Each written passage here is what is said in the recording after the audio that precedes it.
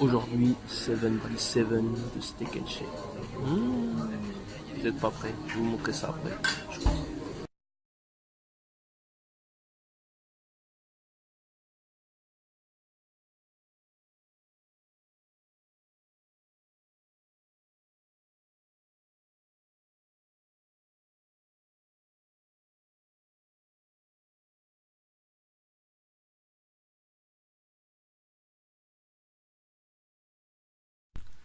Alors le verdict, il est super simple.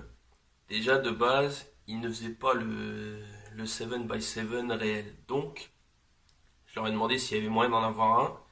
Et comme équivalence, ils m'ont fait un triple cheese dans lequel ils ont ajouté 4 steaks. Alors faut savoir, sur la photo, ça a l'air mignon sur celle qu'ils présentent sur leur page Facebook.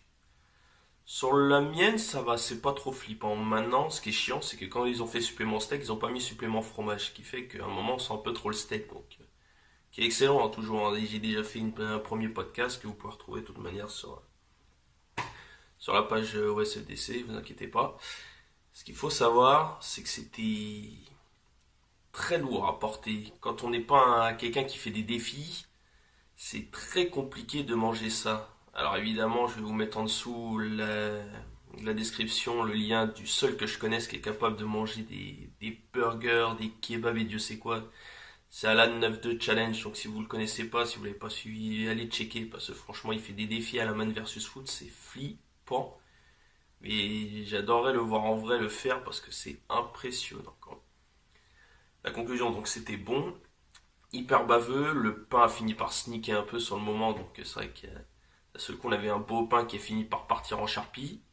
Bon, évidemment, comme j'ai vu à quel point le burger était hardcore, j'ai pas pris de frites au cheddar et au bacon contrairement à d'habitude. Ce qu'il faut savoir en revanche, c'est que je m'attendais à un super truc et au final, je me suis retrouvé avec un hamburger qui était un peu trop costaud, le manque de fromage était très présent, et puis la sauce évidemment, comme ils en ont mis que pour la partie triple cheese, et ben c'était assez hard quoi. Je dis pas que je vais pas le refaire un jour, mais pour l'instant c'est clair que je suis très loin derrière pour recommencer. Sur ce, je vous déconseille pas de le faire si vous en sentez le courage, à tenter d'aller voir un Steak and Shake ou même un autre restaurant, un In-N-Out ou Dieu sait quoi qui traîne dans les parages et demandez-leur peut-être qu'ils font un défi comme ça et peut-être que vous aurez même pire. Alors en revanche, j'en profiter, je vais aussi parler des frites au cheddar parce qu'il y a il y a le style Steak and Shake comme vous pouvez voir là et il y a le style BNB Tacos ici à Étampes. Que vous voyez juste ici que j'ai mangé chez moi. Et autant vous dire, il y a un truc qui me fait marrer chez BNB Tacos, c'est qu'ils vous font des frites surgelées à la McDo, que ce soit pour les tacos, que ce soit pour les, comment ça s'appelle, pour les hamburgers, les menus enfants.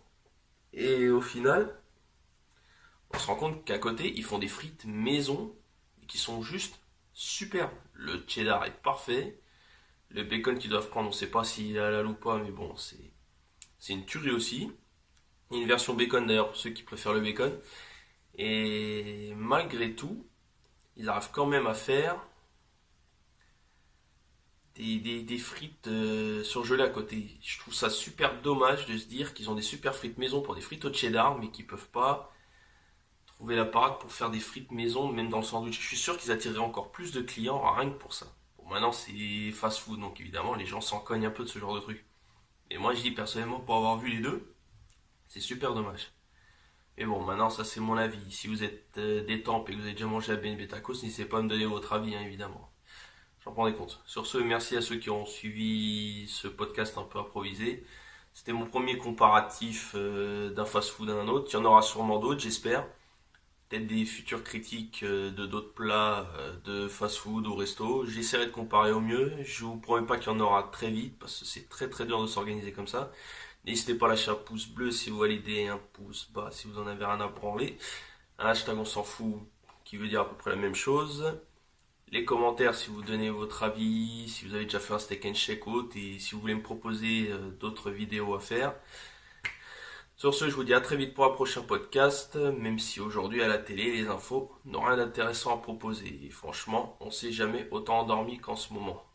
Sur ce, je vous dis à très vite. Tchouka.